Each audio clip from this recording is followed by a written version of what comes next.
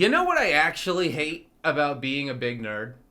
The boomers. Because in 2021, it's not a niche thing, is it? To be into comics or superheroes in general or video games or any of that. I just don't want to be associated with some of the other people who like these things. Namely these guys. That's what women want. You know, it's just attention.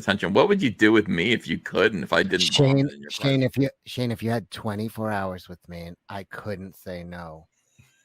I'd put him in every orifice. Oh my God. Yeah, that is a podcast called The Comicsgate Kings. And I'm not starting out with like a biased clip. That is straight up the intro to their episode of the podcast. I would sum them up best for you as it is a bunch of out-of-touch old men, many of whom had a part to play in comics, and now they think they're the authority on what should be allowed in comics. You know, what makes a good comic and what is just SJW warriors going too far.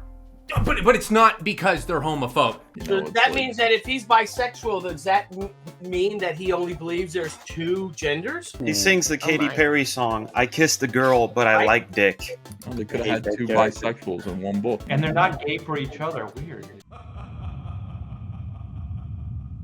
But, you know, hey, let's take a look at what these comic book aficionados have to say about current comics. And now let's move on to the big story of the night. Superman is gay. What? Look at this. What? DC Comics confirms that their new Superman, Jonathan Kent, the son of Clark Kent, is attracted to men. Look at this. Oh, he's in jail. Drop the soap. Yeah, so that's the drama that led me to find these guys, and that is the drama that we're going to be talking about today. DC Comics announces that Jonathan Kent, the son of Clark Kent, who's taken on the mantle of Superman, is going to be coming out as bisexual in the next episode. And on this episode of the podcast, they actually got Gabe Etlaib. He is the DC Comics colorist for this run. He was their colorist. He quit after this podcast.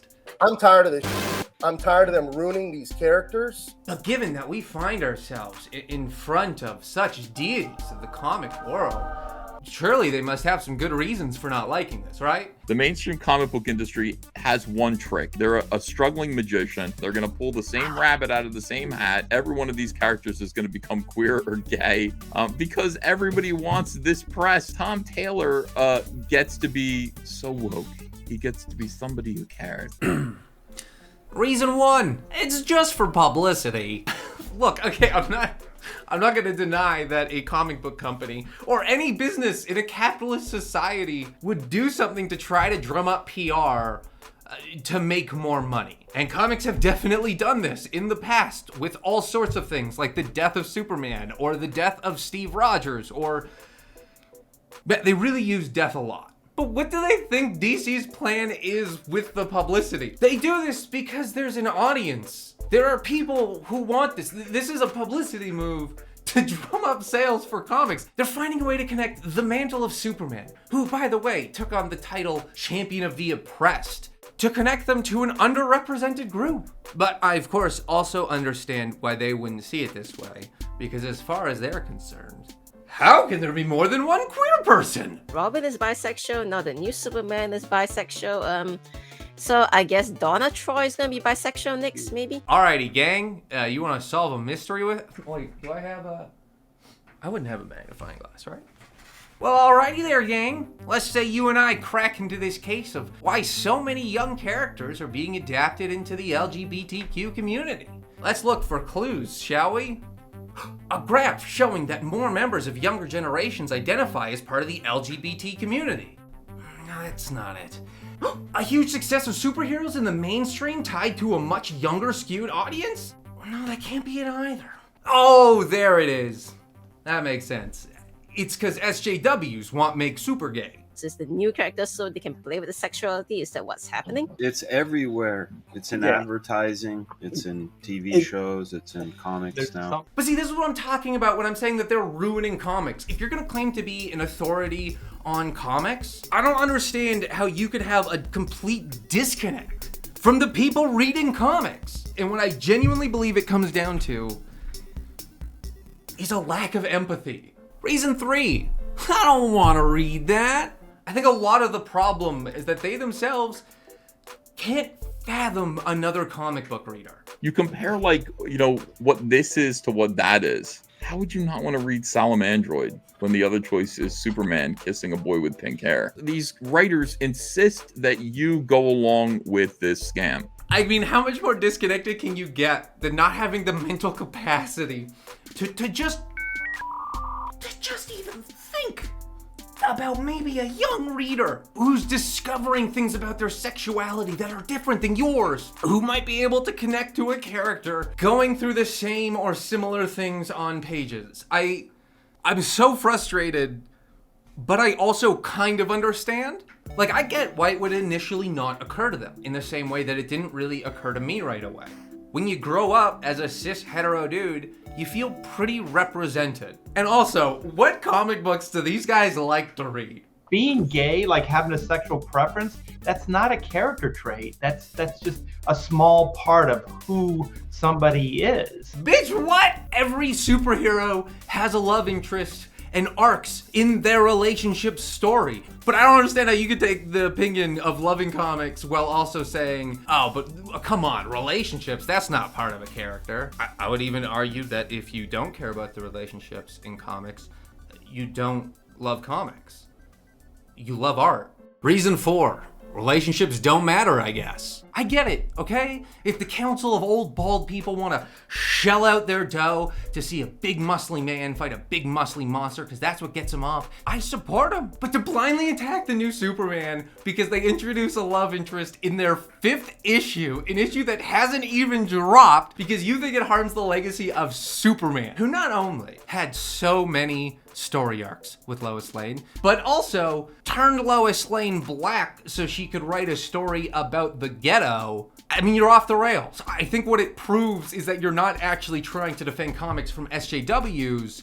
It just proves that you won't accept a comic that isn't directly written for you. See, one of the baffling things is that they're looking at this comic and saying crap like this. It's that Jonathan Kent is gay or bisexual because Jonathan Kent needs to represent a certain section of the fandom, right? And deciding that the relationship only exists to virtue signal with no knowledge of what will happen in this relationship, how long it'll last, where it'll go, the growth that will be seen. And it's not the only relationship they've shut down in this podcast. They read this panel between Kal-El Superman and his son, and just watch as they entirely miss the point. At the end of the story, Superman tells John, but the next time you wonder if you measure up or you think of yourself as just the son of Superman, know that you're the Superman against whom all heroes will be measured someday. The Superman that I aspire to be. I don't think so. What? I don't think he does. You're so good. Like, you new character that SJW's just made up and threw into the comics. I'm Superman. I wish I could be like you. Yeah. I want to be like you, fake character. This is what they do all the time, man. All of their characters are overpowered. They're constantly being validated by everyone else. They're the most powerful, wonderful, amazing characters ever. They're literally saying, you can't just say your character is more powerful than mine. That's not fair. Which, two things, right? One, that's not what that dialogue means, and we'll come back to it. But two, you're gonna complain about a character you think is lame because they're overpowered. About the most overpowered superhero of all time. You know, on the playground, when you would argue with kids about what superhero could beat what superhero, you know, Wolverine could beat up Batman. This is what happens to kids who never let go of that argument. They say crap like this. So this is the cheesy shortcut that SJWs do. They go, oh, Galactus is very powerful? Well, my hero could just beat the shit out of Galactus. This is Superman, and this is what Superman says to this stupid kid. This kid is the Superman that the real Superman wishes he could be. And we will really quickly mention, because I think it's funny, that he refers to Superman as the real Superman, and refers to Jonathan Kent as a fake character. Maybe Ethan really thinks Superman's a real guy. Maybe he thinks Superman's out there saving the world, and here's DC Comics creating a fake gay son for him. But okay, whatever. Getting back to the point that they missed, and one that you yourself might have already caught on to. That wasn't about superpowers. That was about a father-son relationship. That is Superman being a supportive father and sharing a moment with his son where he says, listen, you are going to be greater than even me one day. You know, you have got such potential in you, and I can't wait to see that. You're going to be better than even me. The same way I think most parents want better for their kids. It doesn't matter how great you are, you want your kids to be even better. But I don't know, maybe these guys just all had dads who said stuff like, I'm better than you and you know it. I mean, it would explain some of the stuff they say, right? Well, my scoop is Rich Johnson's gay. Damn you, Art. I was going to say that tomorrow. But it actually gets better. Just 30 minutes earlier, as one of the guests talks about his upcoming comic, which focuses on a father-son relationship, Ethan reacts like this. You know, one of the things that really bothers me is SJW's argument. Comics have always had politics in them, and if they're not going to be political, then what are they going to be? Comic books should actually have messages in them like this one, where it's a message about the importance of fatherhood. Exactly. And watching out for them damn Mexicans. You could throw a rock in this podcast and hit something offensive. But how are you seriously going to preach the importance of fatherhood and then have it go entirely over your head, even when you were so close, even when someone tried to hand it to you? Is he saying that you'll become the Superman that I aspire to be, or is he saying he aspires to be his son? You are the Superman against whom all heroes will be measured someday. So in the future and in the present, all heroes are going to be compared unfavorably to this Superman, including Superman himself. He wishes he could be as just wonderful and amazing as this kid. Ethan, take 1 second to stop setting up a straw man for a comic book and just work on some reading comprehension, my guy. This is just a good old message about the importance of fatherhood. There's some real good parenting right there. Reason 5. It's not about gay. There's nothing wrong with gay characters. They've been around for a long time. But the problem is turning an icon like Superman or the son of Superman gay. The only reason they're doing this is to grab a headline. That's the only reason. This is pure virtue signal. Okay, all right. No, I think I get it now. Gay characters are all right. Have been for a long time. But you can't touch the character I love because they're iconic. You're not? You can't touch the son of the character I love because, the character is iconic, even if the new one was created in 2015. I mean, all right, man, makes sense, I guess. I mean, I don't know why having a gay son would be damaging to the icon of Superman unless you found having a gay son to be damaging. But no, again, I've been reassured multiple times in this video that it's not about the gay thing. Yeah, there's nothing wrong with gay characters. It's not about gay or anything like that. It's not the fact that Jonathan Kent is gay. DC Comics confirms that their new Superman, Jonathan Kent, the son of Clark Kent, is attracted to men.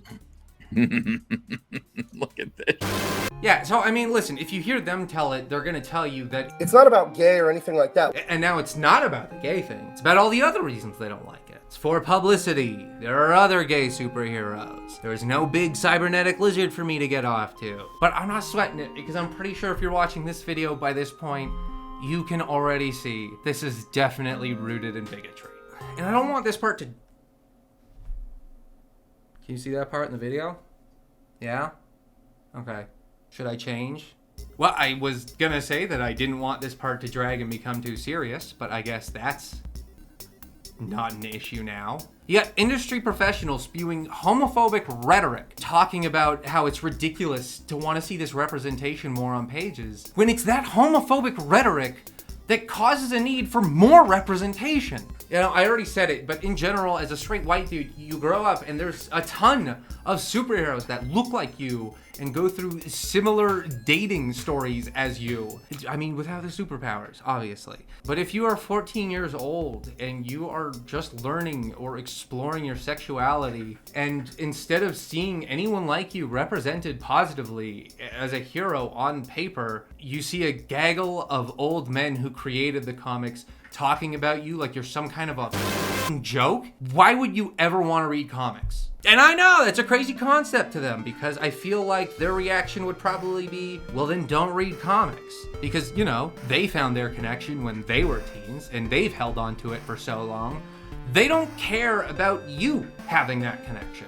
And when it comes to a platform that has always been a huge draw for people who feel isolated, you know, for awkward kids who are learning, it is so disheartening to see adults who found that connection themselves say, this isn't for you. To say, we're not upset about the gay thing, when clearly you are, when every other reason you present falls apart, and you are left with everything being propped up by just your own personal outrage at a new character bearing a mantle you like being introduced into the LGBT community.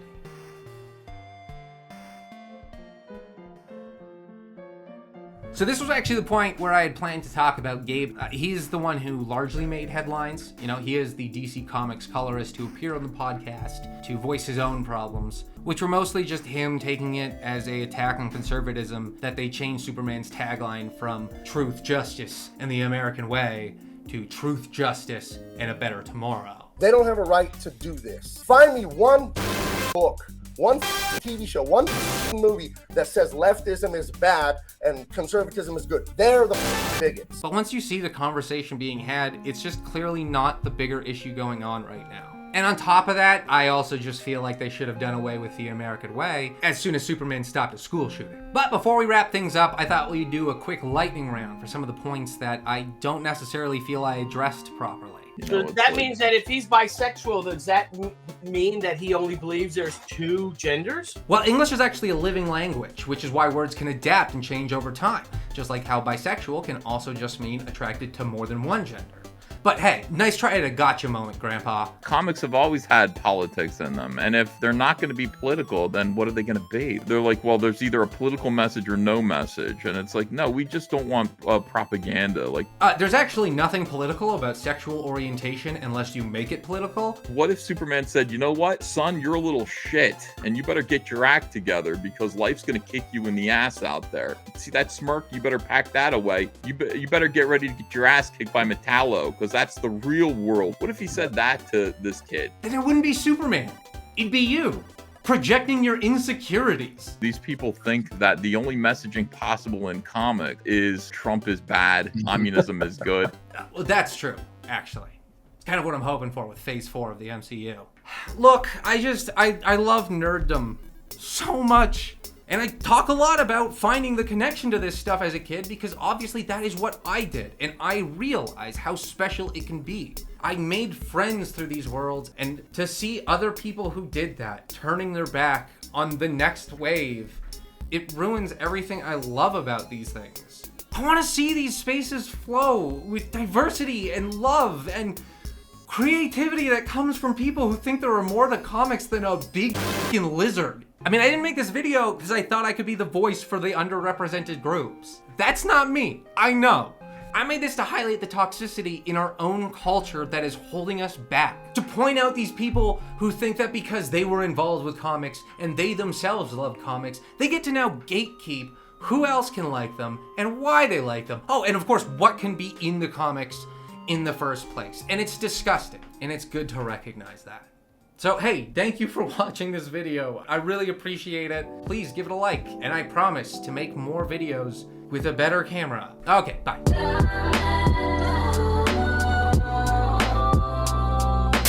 I normally don't make fun of artwork. I don't do that. Like, that's against the rules to me. Yeah. But look at Superman's face here. It's like he's holding in a fart. Like Down syndrome. Yeah. That's my artwork you're looking at. I did that a few months ago.